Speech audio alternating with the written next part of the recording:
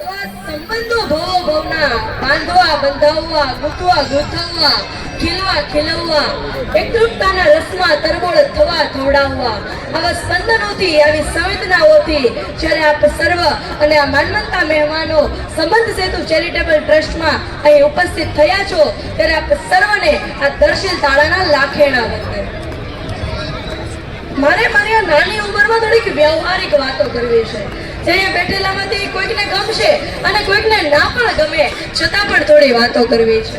આ મોંઘવારીના દિવસોમાં પ્રસંગ કરવાના દિવસો આવે ને એટલે ઘરના વડીલો પિતા તથા ભાઈની વ્યાકુળતા વધી જતી હોય છે. ઘરનું ભરણ પોષણ કરતા કરતા ઘરની જવાબદારીને નિભાવતા નિભાવતા પ્રસંગોની તૈયારી કરવી પડતી હોય છે.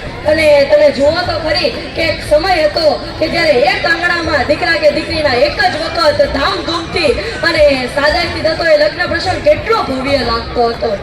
સગા વાલા બહેન ભાઈ ફુવા ફઈ માસા માસી મામા મામી બધા જ એક સાથે મળીને આ લગ્ન પ્રસંગની જમાવટ કરતા હતા. અને આજે તો રોકાવાનું ઘટી ગયું છે અને પ્રસંગો વધી ગયા છે. માત્ર ને માત્ર બધા લોકો જમવા જ આવે છે. જમવાના સમયે 700 થી 800 લોકો હોય પણ વડાવાના સમયે માત્ર ને માત્ર 30 થી 40 લોકો જ હોય છે. વારે આ માણસ, તારો વ્યવહાર, તારી લાગણી, તારો સંબંધ. અને વાત તો એ કરવી હતી કે અત્યારે એક દીકરા કે દીકરીના જન્મથી લઈ મૃત્યુ સુધી કેટલા પ્રસંગો થાય છે. હા, જેને ભગવાને ધન સંપત્તિ દોલતી આપી છે એ આવા અનેક પ્રસંગો કરે તો બરાબર, પણ મારા જેવા જો મારી ભૂલ ના થતી હોય તો કેટલા પ્રસંગ, બર્થડે, સગાઈ, ચાંડા ચોંડી, કંકુ પગલા, એનિવર્સરી, દાડો, શ્રીમંત. અરે વિચાર તો કરો કે એક વ્યક્તિના જન્મથી લઈને મૃત્યુ સુધી કેટલી વખત રસોડા થાય છે, કેટલી વખત ખોટા ખર્ચા થાય છે. અને શું આ બધું જરૂરી છે? અને જો હા તો શું બધા લોકોને પોસાય છે? સામાન્ય મધ્યમ વર્ગના લોકોને નથી પોસાતું મારા વાલાઓ, છતાં પણ અમુક લોકોને બનાવી દેવામાં આવેલા ખોટા રીત રિવાજોને પૂરા કરવા પડે છે. દેખા દેખીમાં આ બધું ના છૂટકે કરવું પડે છે.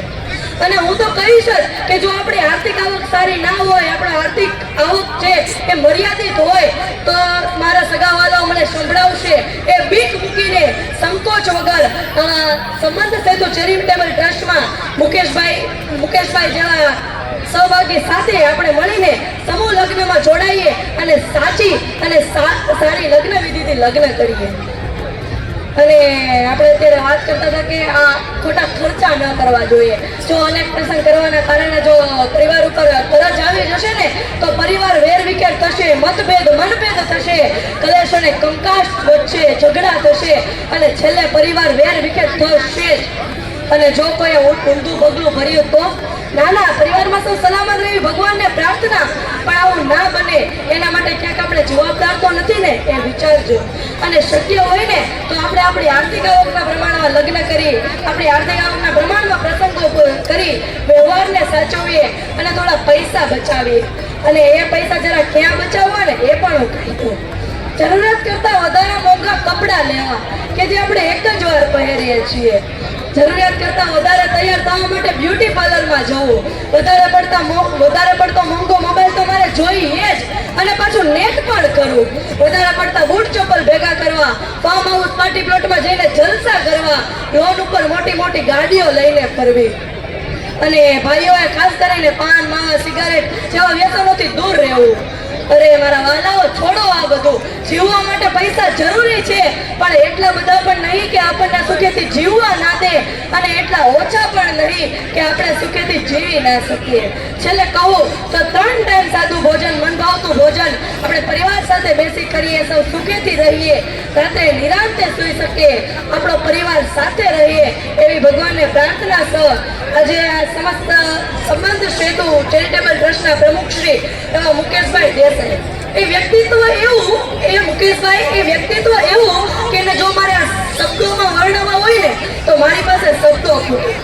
એનું મૂળ વતન પાણી અને ન્યાય એમના વૃદ્ધ માતાઓ માટે એક આશ્રમ એનું છે અને ત્યાં હાલમાં 20 માતાઓ આશ્રય લઈ રહી છે.